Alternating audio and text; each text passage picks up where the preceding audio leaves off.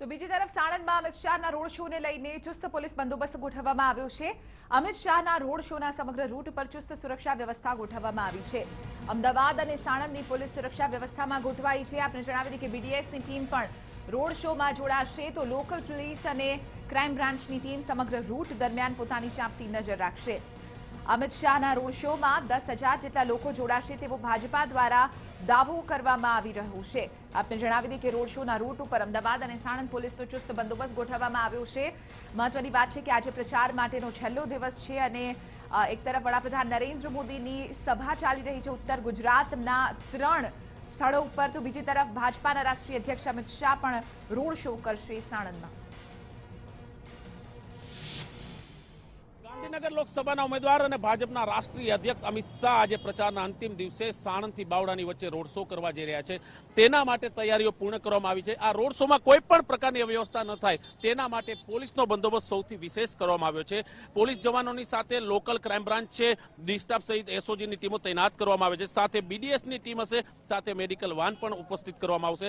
કારણ કે હાર્દિક પટેલની સભામાં જે રીતના 2 દિવસથી હંગામા થઈ રહ્યા છે તેને લઈને પોલીસ તંત્રની નેતાઓની સુરક્ષાને લઈને ચિંતા વધી છે અને આ તો બીજેપીના રાષ્ટ્રીય અધ્યક્ષ છે કે જેની સુરક્ષામાં કોઈ પણ પ્રકારની ખામી ન રહે તેના માટે એપીએમસી સાણંદથી શરૂ થનારા રોડ શો બાવડા, ગઢિયા 4 રસ્તા સુધી ચાલશે। ત્યાં લગીના દરેક પોઈન્ટ ઉપર પોલીસ જવાનોને તૈનાત કરવામાં આવ્યા છે। સાણંદ પોલીસ સ્ટેશનમાં અનેક પીઆઈ પીએસઆઈઓને બોલાવવામાં આવ્યા છે। ઉપરી કક્ષાના અધિકારીઓ આ આખી ઘટના છે તેનું સુપરવિઝન કરશે। એટલે કે અમિત શાહનો રોડ શો શરૂ થશે ત્યારે સુરક્ષા ચક્ર સૌથી વધારે મજબૂત કરવામાં આવશે। કારણ કે હાર્દિક પટેલની બલદાણા સભામાં જે હંગામો થયો અને ગઈકાલે નિકોલની સભામાં જે તોડફોડ થઈ અને પોલીસે લાઠીચાર્જ કરવો પડ્યો, ત્યારબાદ ક્યાંક ને ક્યાંક પોલીસ તંત્રએ દરેક રાજનેતાઓની સુરક્ષામાં વધારો કર્યો છે અને અમિત શાહની સાથે તો પહેલેથી પોતાની એક સુરક્ષા વ્યવસ્થાનું આખું ચક્ર ચાલતું હોય છે। તેની સાથે અમદાવાદ પોલીસ છે, સાણંદ પોલીસ છે સહિતના વિશેષ જે જવાનો છે તેને તૈનાત કરવામાં આવશે।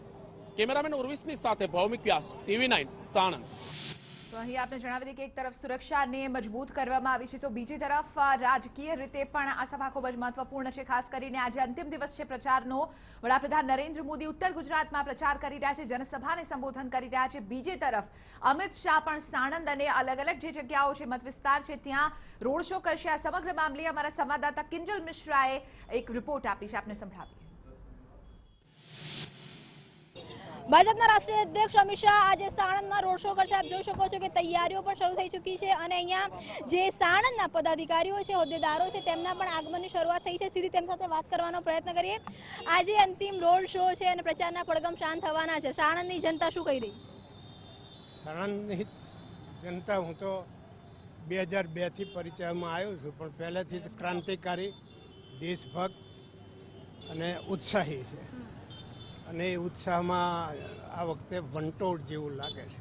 જી, સતત LK આડવાણી સાંસદ રહ્યા છે, ત્યારબાદ અમિત શાહ આવી રહ્યા છે, એક સાંસદ તરીકેના ઉમેદવાર તરીકે પહેલીવાર આવી રહ્યા છે। કાર્યકર્તાઓમાં કેવો માહોલ છે? કાર્યકર્તાઓમાં આજે સાણંદનો સ્થાપના દિવસ હોય અને અનેરો ઉત્સાહ હોય એવો પ્રસંગ ઉજવાઈ રહ્યો હોય એવો માહોલ છે। વડીલો, યુવાનો, બહેનો આજે ફૂલ જોશમાં છે અને અમિતભાઈ વિશ્વની મોટી પાર્ટીના જ્યારે રાષ્ટ્રીય અધ્યક્ષ છે ત્યારે ભારતના સૌથી વધુ લીડ ધરાવતા સંસદ સભ્ય બને એવો ઉમળકો છે અને સાણંદ ખોબલે ને ખોબલે મત આપવા અને એમનું સ્વાગત કરવા થન ગણી રહ્યું છે।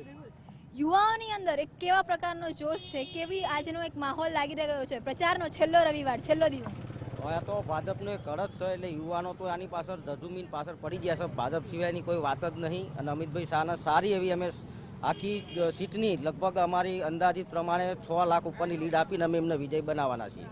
તો આ હતો સાણંદની જનતાનો મૂડ। આપ જોઈ શકો છો કે 12:30ની આસપાસ જે રોડ શો છે, રોડ શોની શરૂઆત થશે ત્યારે અહીંયા કાર્યકર્તાઓમાં એક જે ઉત્સાહ છે તે દેખાઈ રહ્યો છે। કેમેરામેન નેહલ સાથે કિંજલ મિશ્રા, TV9 સાણંદ।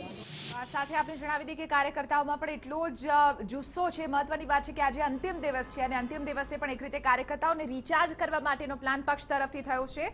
અમારા સંવાદદાતા કિંજલ મિશ્રાની આ રિપોર્ટ કાર્યકર્તાઓની સાથે આપણે સંભળાવીએ।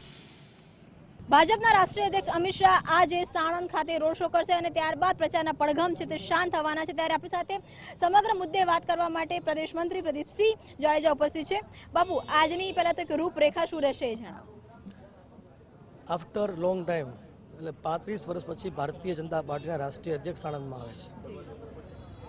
અટલ બિહારી વાજપેયી જ્યારે રાષ્ટ્રીય અધ્યક્ષ ત્યારે એ સાણંદની મુલાકાત આવ્યા હતા, એ સભા હતી.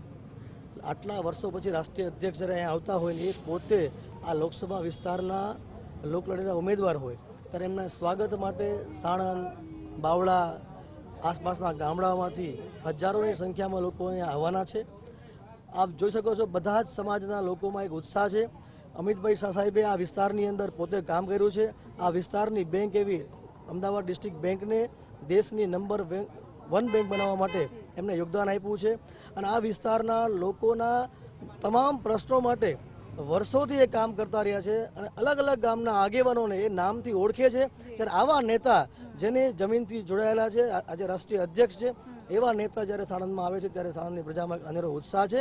એમના સ્વાગત કરવા માટે આખા વિસ્તારની અંદર એક ઉલ્લાસપૂર્ણ વાતાવરણ ઊભું થયું છે, જે આપને જોવા મળશે. ખૂબ મોટી સંખ્યામાં યુવાનો આવવાના છે, ખૂબ મોટી સંખ્યામાં અલગ અલગ સમાજના આગેવાનો આવવાના છે, ખૂબ મોટી સંખ્યામાં મહિલાઓ આવવાના છે.